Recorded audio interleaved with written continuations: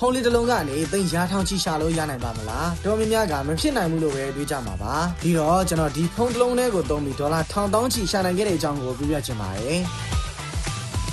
လူတော်များများကကျွန်တော်ရဲ့ခီးသောဗီဒီယိုတွေကိုကင်မရာနဲ့ပဲရိုက်တယ်လို့ထင်ကြပါတယ်တကယ်တော့ထင်ထားကြရတယ်တခြားစီပါကျွန်တော်ကကင်မရာအစားဖုန်းနဲ့ပဲလိုက်ရိုက်ဖြစ်တာများပါတယ်အဓိကအကြောင်းရင်းကတော့ကျွန်တော်တကယ်ကြုံခဲ့ရမြင်ခဲ့ရတဲ့အတိုင်းကိုဟန်လုပ်ထားတာတခုမှမပါပဲအမှန်တိုင်းရိုက်ပြချင်လို့ပါဒါကြောင့်ပဲကျွန်တော်ဒီဖုန်းလေးတစ်လုံးနဲ့ပဲနိုင်ငံတွေအများကြီးပတ်ထွက်တယ်ကြုံခဲ့သမျှအမှတ်တရတွေအကုန်လုံးကိုလည်းဒီဖုန်းလေးတစ်လုံးနဲ့အကုန်လိုက်ရိုက်ပါတယ်ပြီးတော့ခီးသောဗီဒီယိုတွေဖန်တီးပြီး creative byte ဆိုပြီး online မှာစတင်လိုက်ပါတယ်အဲ့ဒီမှာကျွန်တော်အတွက်အရောစရာတွေစဖြစ်လာပါတယ်ကျွန်တော်ရဲ့ဗီဒီယိုတွေကိုတန်းနဲ့ချီတဲ့သူတွေကဝိုင်းအားပေးကြတယ်ခီးသောဗီဒီယိုတွေကိုစောင့်ကြည့်အားပေးတဲ့သူတွေကအရန်ကိုများလာတယ်ဒီလိုနဲ့ online ကနေဒေါ်လာထောင်ချီပြီးစရှာလာနိုင်ခဲ့ပါတယ်ပထမဆုံးကတော့ monetization လို့ခေါ်တဲ့ Facebook ကနေဝင်ငွေရတာပါ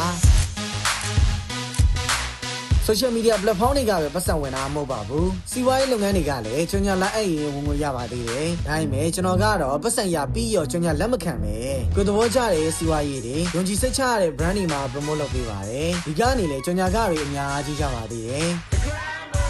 တကယ်တော့ online ကနေဝင်ငွေရှာရဲဆိုတာကကျွန်ညာလက်ခံတာ monetization ကနေပတ်စံရှာရတဲ့အများကြီးပိုပါတယ်ကိုယ်ပိုင် product တွေထုတ်ပြီးလဲစီးပွားရေးလုပ်လို့ရပါတယ်ကျွန်တော်ကတော့ online စီးပွားရေးအနေနဲ့ creative byte scheme ကိုတည်ထောင်ထားပါတယ်ဒီညမှာတခုအတိပေးချင်တာကကျွန်တော်ဖွင့်တဲ့သင်တန်းတွေကကျွန်တော်တကယ်ဝင်ငွေရှာနိုင်ခဲ့ပြီးတော့တကယ်ကျွမ်းကျင်တဲ့ပညာရပ်တွေကိုပဲ professional ဆန်းဆန်းသင်ပေးနေတာပါဒါကြောင့်မလို့လဲနှစ်ဒီအကြာကြီးဒီနေ့ပဲမှာနာမည်ကောင်းတဲ့ရက်တည်နေရလဲဖြစ်ပါတယ်ဒါအပြင် online ပေါ်မှာနာမည်ကြီးနေတဲ့သူတွေစီးပွားရေးလုပ်ငန်းရှင်တွေပါလာတက်နေကြပြီးတော့လာတက်ချရဲ့သူတိုင်းစိတ်တိုင်းကြားကြတဲ့သင်တန်းတွေကိုပဲသင်ပေးနေရပါတကယ်တော့ဖုန်းလေးတစ်လုံးသုံးပြီးကိုယ့်ချိန်တွေကိုဖြုံးလို့လည်းရတယ်လို့ online ကနေဝင်ငွေရှာလို့ရတဲ့နည်းတွေကလည်းအများကြီးကိုရှိပါတယ်ကိုကဘယ်လမ်းကိုရွေးမလဲဆိုတာကတော့ကိုယ့်ပေါ်ပဲမူတည်ပါတယ်ကျွန်တော်ကတော့ creative byte scheme ရဲ့ founder အောင်စုပိုင်ပါအချိန်ကိုအကျိုးရှိရှိအသုံးချခြင်းနဲ့ဆိုလို့ရှိရင်တော့ creative byte scheme မှာပြန်ဆောင်ကြပါမယ်ခင်ဗျာ